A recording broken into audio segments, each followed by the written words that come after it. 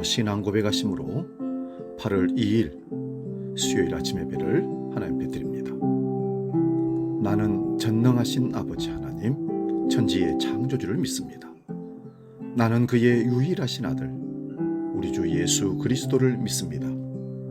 그는 성령으로 잉태되어 동정녀 마리아에게서 나시고 본디오 빌라도에게 고난을 받아 십자가에 못 박혀 죽으시고 장사된 지 사흘 만에 죽은 자 가운데서 다시 살아나셨으며 하늘에 오르시어 전능하신 아버지 하나님 우편에 앉아 계시다가 거기로부터 살아있는 자와 죽은 자를 심판하러 오십니다.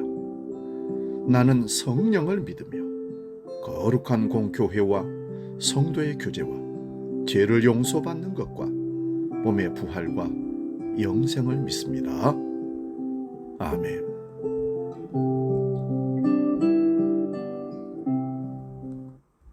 찬송가 375장 나는 갈 길 모르니 함께 찬송합니다.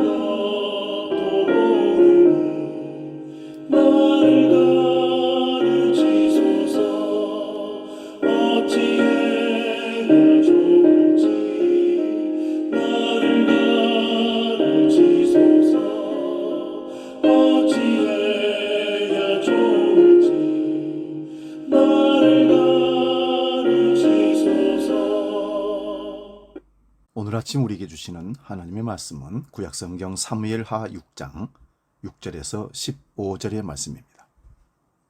구약성경 472면에 있습니다. 이 말씀 봉독할 때에 살아계신 하나님의 음성을 들을 수 있기 바랍니다. 사무엘하 6장 6절에서 15절 말씀 지금 봉독합니다. 그들이 나곤의 타작마당에 이르러서는 소들이 띠므로 웃사가 손을 들어 하나님의 기회를 붙들었더니 여호와 하나님이 웃사가 잘못함으로 말미암아 진노하사 그를 그곳에서 치시니 그가 거기서 하나님의 궤 곁에서 죽으니라. 여호와께서 웃사를 치심으로 다윗이 분하여 그곳을 베레스 웃사라 부르니 그 이름이 오늘날까지 이르니라.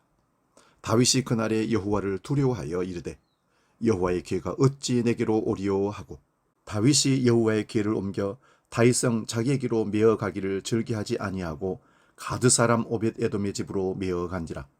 여호와의 궤가 가드 사람 오벳 에돔의 집에 석 달을 있었는데 여호와께서 오벳 에돔과 그의 온 집에 복을 주시니라. 어떤 사람이 다윗 왕에게 아뢰어 이르되 여호와께서 하나님의 궤로 말미암아 오벳 에돔의 집과 그의 모든 소유에 복을 주셨다 한지라. 다윗이 가서 하나님의 궤를 기쁨으로 메고 오벳 에돔의 집에서 다윗성으로 올라갈세.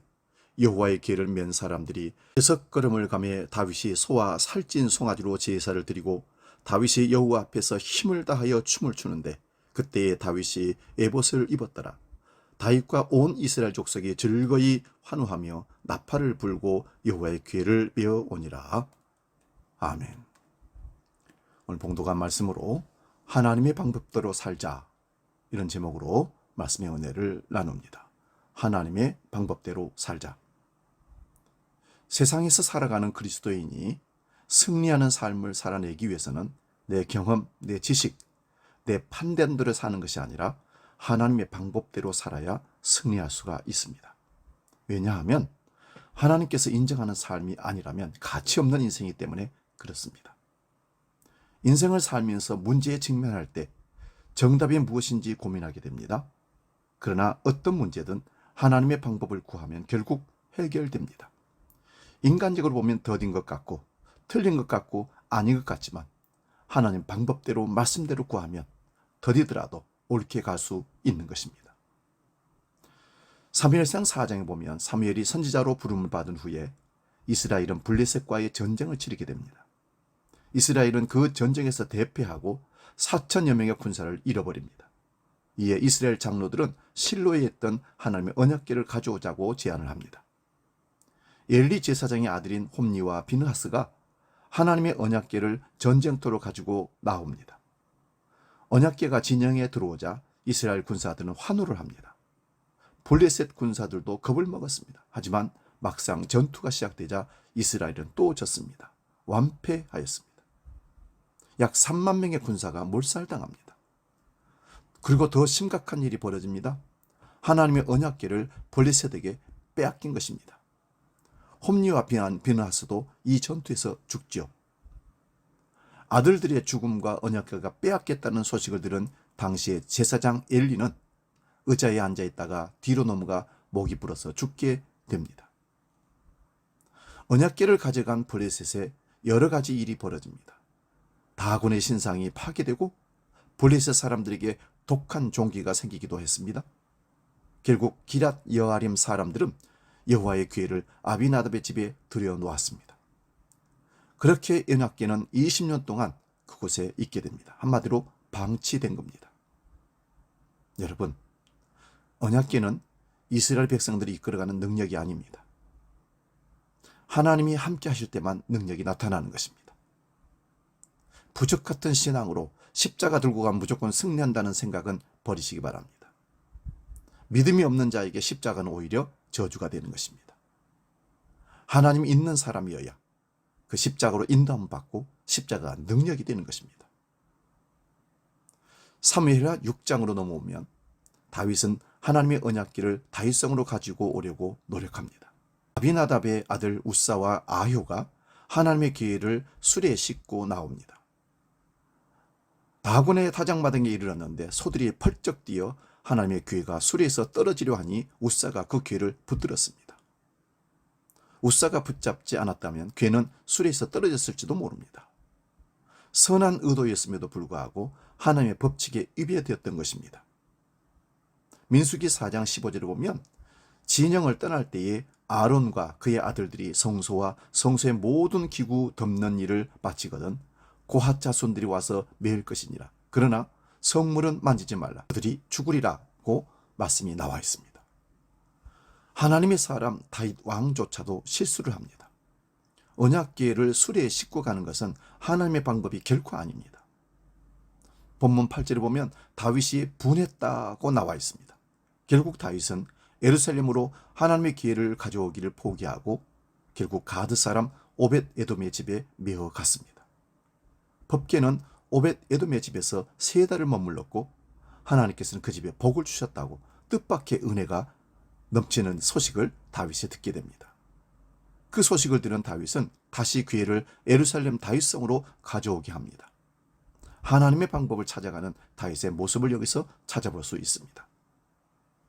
우리는 항상 스스로가 하나님의 방법대로 일을 행하는지 돌아봐야 됩니다. 학교와 직장, 가정에서 무슨 일을 하든 하나님의 방법을 추구해야 합니다. 내 생각만 추구하다 보면 하나님 앞에 많은 잘못을 하게 되고 결국 실패하게 되는 것입니다.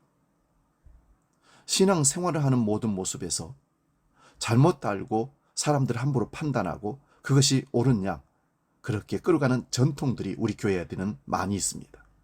그러나 하나님 말씀이 아닌 것은 아닌 것입니다.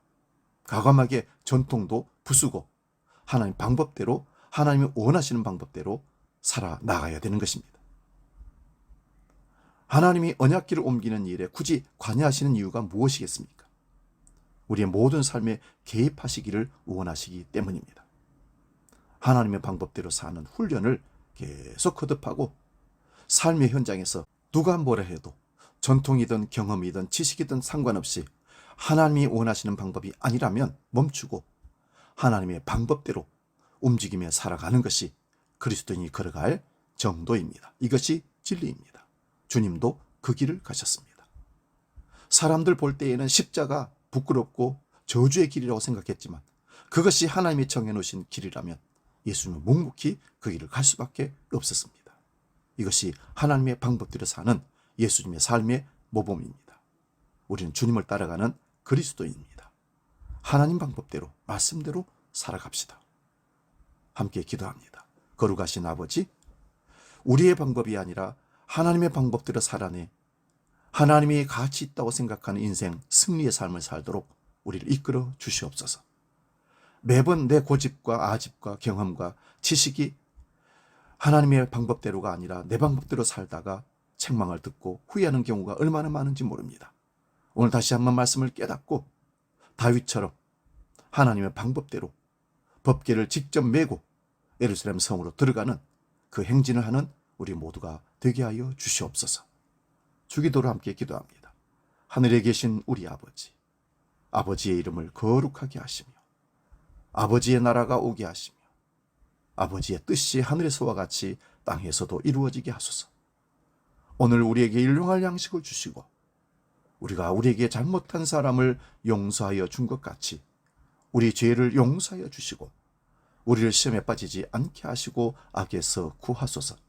나라와 권능과 영광이 영원히 아버지의 것입니다.